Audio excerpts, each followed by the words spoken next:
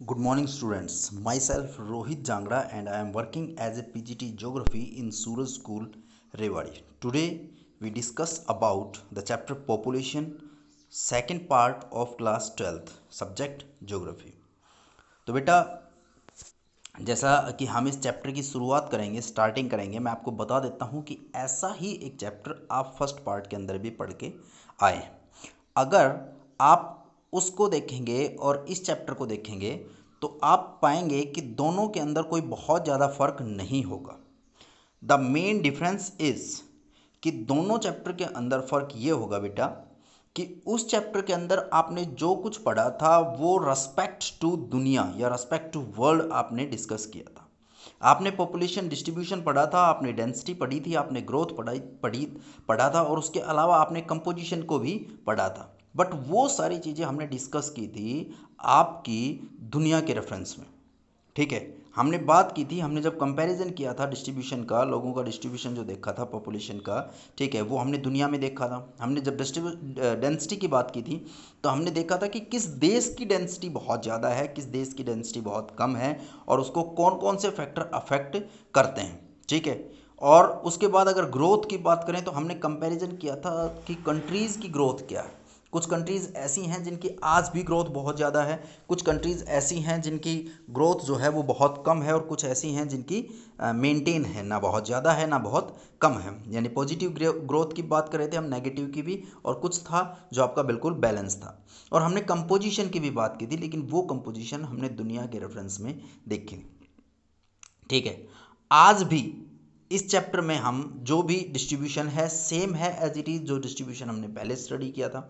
आज भी आपकी डेंसिटी की अगर मैं बात करूं, डेंसिटी की वही डेफिनेशन है बेटा कि नंबर ऑफ पॉपुलेशन पर स्क्वायर किलोमीटर एरिया के अंदर जो लोग हैं वो आपकी डेंसिटी कहलाती है। ठीक है, ग्रोथ क्या है? Growth, the change in population in between two time periods is called growth. आज भी इसकी वही डेफिनेशन है जो फर्स्ट पार्ट के अंदर थी। बस फर्क जो है वो ये है कि उस टाइम आपने दुनिया के रेफरेंस में डिस्कस किया था, इस टाइम आप सिर्फ इंडिया के जो स्टेट्स हैं उनके रेफरेंस में डिस्कस करोगे। आप बात करोगे कि किस यूनियन टेरिटरी की पॉपुलेशन ज़्यादा है या कम है, आप बात करोगे कि किस स्टेट की पॉपुलेशन कम या ज़्यादा है, डेंसिटी कहाँ की कम है या ज़्यादा है, और उन स्टेट्स के अंदर ऐसा है तो क्यों है, why, what is the reason behind it, उन सब चीज़ों की हम बात करेंगे। ठीक है, तो इस चैप्टर की हम शुरुआत करते हैं यहीं से बेटा। इस चैप्टर के आप देखोगे तो हम पॉपुलेशन की जिसकी बात करते हैं तो हम पॉपुलेशन की बात करते हैं डिस्ट्रीब्यूशन के अंदर 2011 की। 2011 के अंदर इंडिया की जो पॉपुलेशन थी वो बेटा 121 करोड़ थी। ठीक है, 1210 मिलियन। ठीक है, तो अगर आप देखो तो इसके बाद नॉर्थ अमेरिका था, साउथ अमेरिका था, ऑस्ट्रेलिया था, put together more often it is argued that such a large population invariably puts pressure on its limited resource and is also responsible for many socio-economic problems in the country। अगर आपकी population ज़्यादा है, अगर आपकी population आपके resources के हिसाब से नहीं है, अगर आपकी पॉपुलेशन बहुत स्पीड से बढ़ रही है, ग्रोथ रेट बहुत हाई है, देन आपकी पॉपुलेशन हमेशा आपके देश के लिए एक प्रॉब्लम होगी। वो आपकी इकोनॉमिकली भी प्रॉब्लम क्रिएट करेगी, वो आपकी सोशली भी प्रॉब्लम क्रिएट करेगी और अदर आस्पेक्ट के अंदर भी वो आपके लिए प्रॉब्लम क्रिएट करेगी। ठीक है, तो सबसे पहले सोर्स ऑफ पॉपुलेशन, बात ये भी है कि देखिए पॉपुलेशन को हम डिस्कस क्यों करते हैं बेटा। पॉपुलेशन आपका एक बहुत इंपॉर्टेंट एस्पेक्ट होता है किसी भी कंट्री के लिए।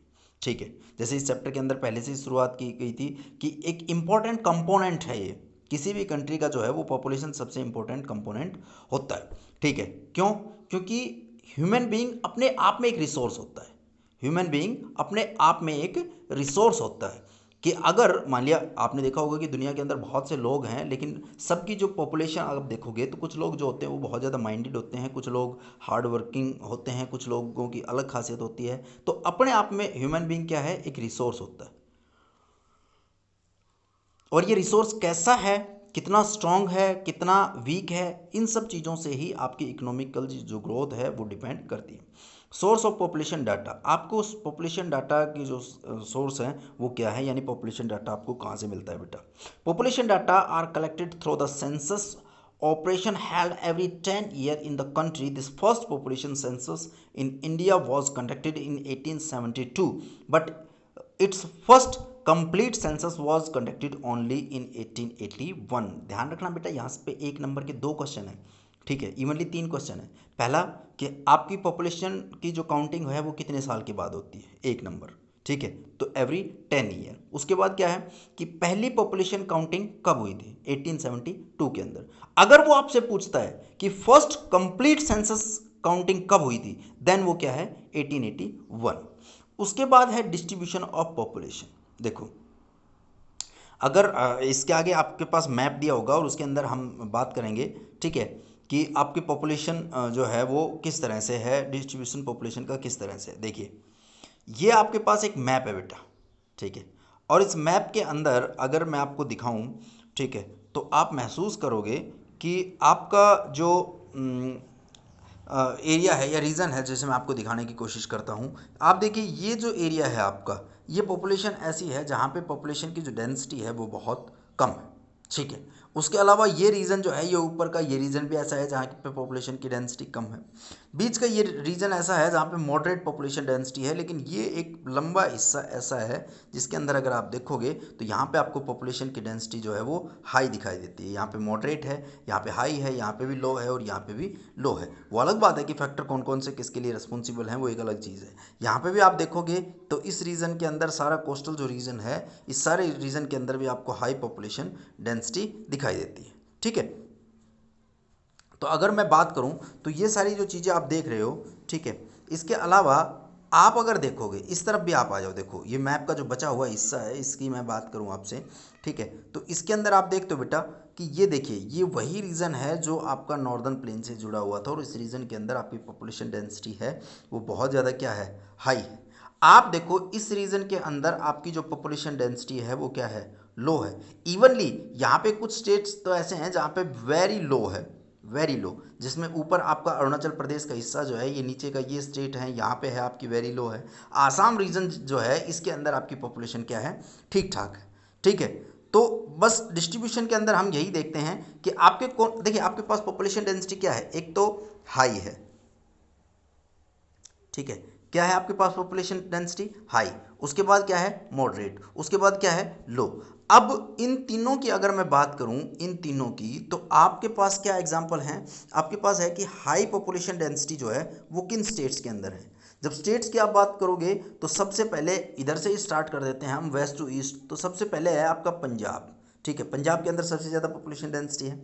उसके बाद है हरियाणा, उसके बाद है यूपी, ठीक है, और इसके अलावा आपके पास जो स्टेट्स हैं हाई पॉपुलेशन डेंसिटी के अंदर, वो आपका बिहार है, ठीक है, कौन सा है, बिहार है। इसके अलावा आपका वेस्ट बंगाल है, ठीक है, और इसके अलावा आपका बिहार झारखंड भी है इसी के अंदर, ठीक है। अगर आप देखो तो ये सारे वो स्टेट्स हैं जिनकी पॉपुलेशन डेंसिटी आपकी सॉरी पॉपुलेशन टोटल जो डिस्ट्रीब्यूशन आपका बहुत हाई है। अगर मैं बात करूं कि साउदर्न रीजन की, इस रीजन की पूरे की आप बात करोगे यहाँ पे, तो आप देखोगे कि इस रीजन के अंदर क्या है, मॉडरेट पॉपुलेशन डेंसिटी है। मॉडरेट के अंदर आप रख सकते हो महाराष्ट्र है, ठीक है, आपका ये एमपी है, ठीक है, इसके अलावा आपका आंध्रा है, ये है, ठीक है, आपका इधर उड़ीसा रीजन है ये, और कर्नाटका और ये तमिलनाडु, इस सब रीजन के अंदर आपकी पॉपुलेशन डेंसिटी क्या है बेटा, आपकी मॉडरेट है, ठीक है। उसके बाद अगर आप बात करो तो कुछ ऐसे भी स्टेट्स हैं जिनकी पॉपुलेशन डेंसिटी बिल्कुल क्या है, लो है। ये कौन कौन से, अगर पॉपुलेशन डेंसिटी लो की मैं बात करूं बेटा, तो सबसे ज़्यादा लो जो पॉपुलेशन डेंसिटी है वो आप देखोगे कि आप पाओगे अरुणाचल प्रदेश के अंदर, ठीक है। इस अरुणाचल प्रदेश के अंदर पॉपुलेशन डेंसिटी इतनी कम है कि यहाँ पे पर स्क्वायर किलोमीटर एरिया के अंदर सिर्फ और सिर्फ आपको 17 लोग मिलते हैं, ठीक है। तो आप खुद एक आइडिया लगा सकते हैं कि इतनी कम पॉपुलेशन यहाँ पे है, ठीक है। ये आप सिक्किम स्टेट को देखिए, यहाँ पे भी आपको पॉपुलेशन डेंसिटी उतनी ही कम दिखाई देती है। ये जो है म्यांमार की कोस्ट के साथ जितने भी, चाहे नागालैंड है, मणिपुर है, मिजोरम है, ये सारे स्टेट्स जो हैं ये भी आपके पॉपुलेशन डेंसिटी इनकी क्या है, बहुत कम है, ठीक है। तो आप देख सकते हैं कि हमारी पॉपुलेशन डेंसिटी किस तरह से बेटा वेरी करती है। ये था आपका पॉपुलेशन डेंसिटी, और इसके अंदर जो आपका सेंसस है वो आपको दिखाने की कोशिश कर रहा है कि किस तरह से आपका एक डॉट जो है वो रिप्रेजेंट करता है आपका जो पर्सन हैं उनको रिप्रेजेंट करता है। इवनली पॉपुलेशन डेंसिटी के अंदर अगर आप देखोगे ना, तो आप एक किसी पर्टिकुलर स्टेट के अंदर भी वेरिएशन देखोगे। आप देखोगे कि उड़ीसा के अंदर ये ऊपर का जो हिस्सा है इसके अंदर पॉपुलेशन कम है, कोस्ट की तरफ जो पॉपुलेशन है वो आपकी ज़्यादा है। ठीक है, तो इस तरह से आपकी पॉपुलेशन डेंसिटी के अंदर वेरिएशन है। अच्छा, उसके बाद हम बात करते हैं अब आपकी यहाँ पे आपको सब ये इसके अंदर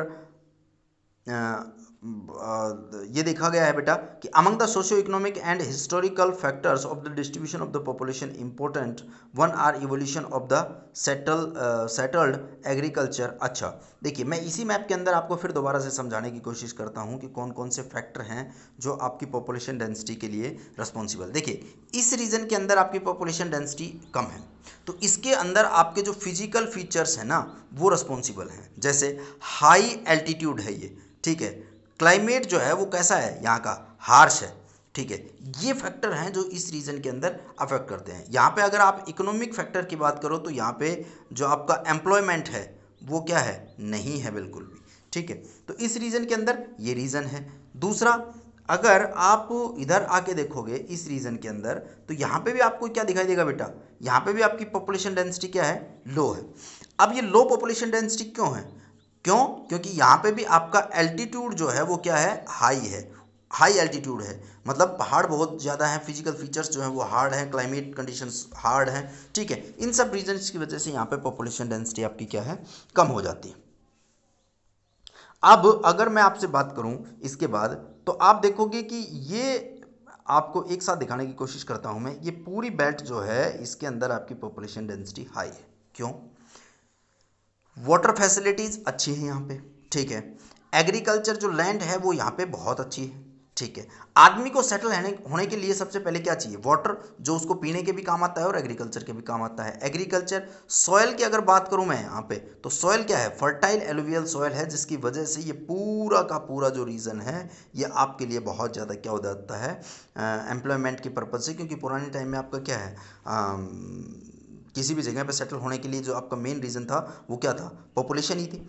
ठीक है ना, सॉरी पॉपुलेशन की बात कर रहा हूँ मैं, आपकी सॉइल थी और इसके अलावा वाटर था। और एरिया जो है ये पूरे का पूरा क्या है, आपका प्लेन एरिया है। ठीक है, जिसकी वजह से इस रीजन के अंदर आपकी पॉपुलेशन डेंसिटी क्या हो जाती है बेटा, हाई हो जाती है। ठीक है, क्लियर। उसके बाद जो है जहाँ पे मिला जुला जो रिजल्ट है उसके अंदर आप देख सकते हो कि यहाँ पे आपकी पॉपुलेशन डेंसिटी जो है वो क्या है, मॉडरेट है, क्योंकि यहाँ पे सारी फैसिलिटीज जो मिली जुली हैं, पहाड़ भी हैं थोड़े से, थोड़ा सा आपका प्लेन भी है।